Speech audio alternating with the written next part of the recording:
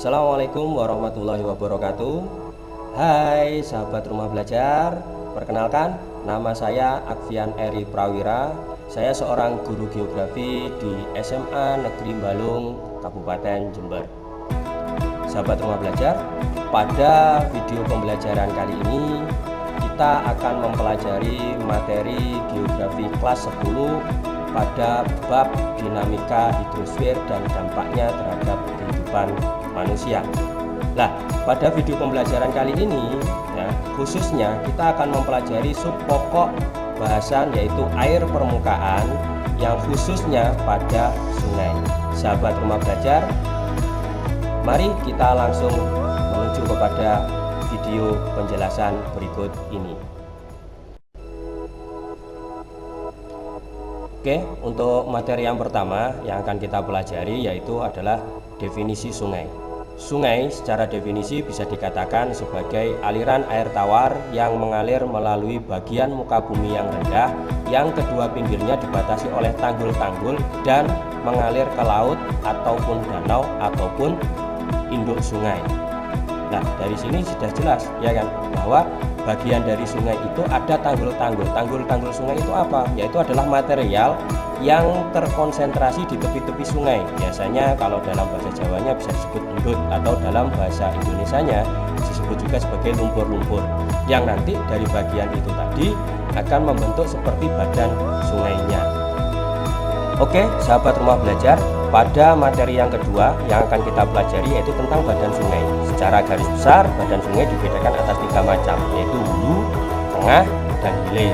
Ada beberapa perbedaan antara hulu, tengah, dan hilir, yaitu yang pertama lokasi badan sungainya. Untuk wilayah hulu, lokasi badan sungainya terletak pada wilayah perbukitan. Kenapa?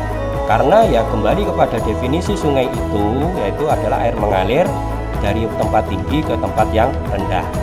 Itu wilayah hulu. Kemudian pada wilayah tengah, nah itu sudah pada wilayah yang landai, sudah mendekati dataran rendah. Sama dengan wilayah hilir, itu juga pada wilayah dataran rendah yang mendekati pada muara atau sungainya. Ya, itu. Jadi bisa kalian bandingkan perbedaannya. Kemudian yang kedua, perbedaan yang kedua itu pada lembah sungainya. Untuk wilayah hulu, lembah sungainya berbentuk huruf V dengan lereng yang curam. Ya, karena dia pada wilayah perbukitan.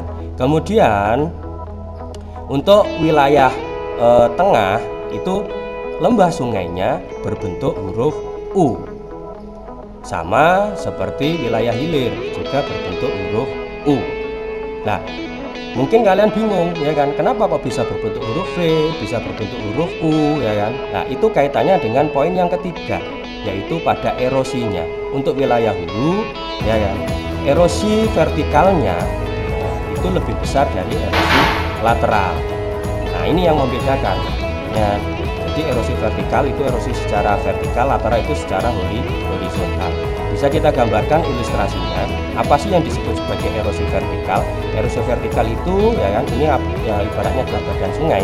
Erosi vertikal itu adalah erosi dari atas ke bawah. Nah, ini pada wilayah perbukitan. Ini yang menyebabkan kenapa lerengnya itu berbentuk huruf V, ya kan, lembah sungainya berbentuk huruf V.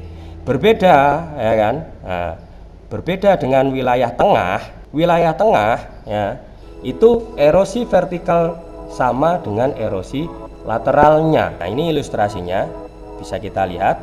Nah, jadi antara erosi dari atas ke bawah itu diimbangi dengan erosi dari samping secara horizontal, sehingga lembahnya itu berbentuk huruf U.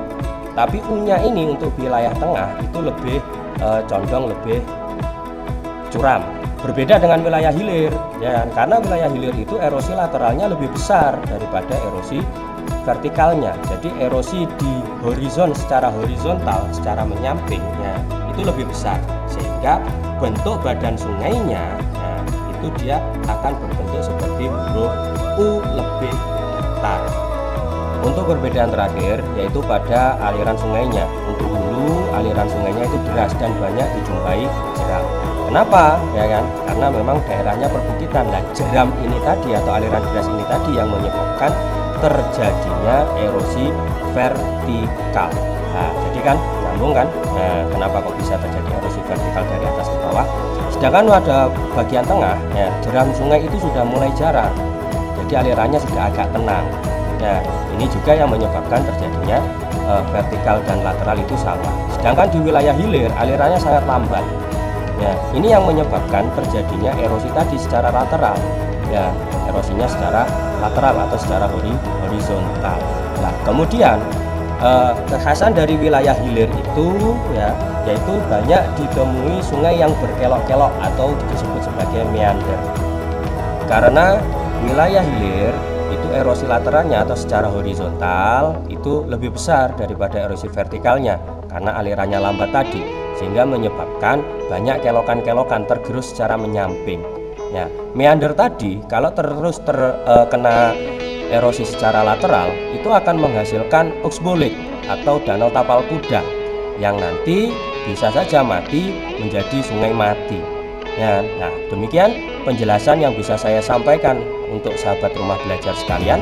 Ya, jadi di sini sahabat rumah belajar sudah bisa membedakan apa sih definisi sungai, bagaimana badan-badan sungai, ya, dan perbedaan antara badan sungai bagian hulu, tengah, dan hilir. Demikian ya, terima kasih atas perhatian kalian sahabat rumah belajar. Terima kasih dari saya. Wassalamualaikum warahmatullahi wabarakatuh.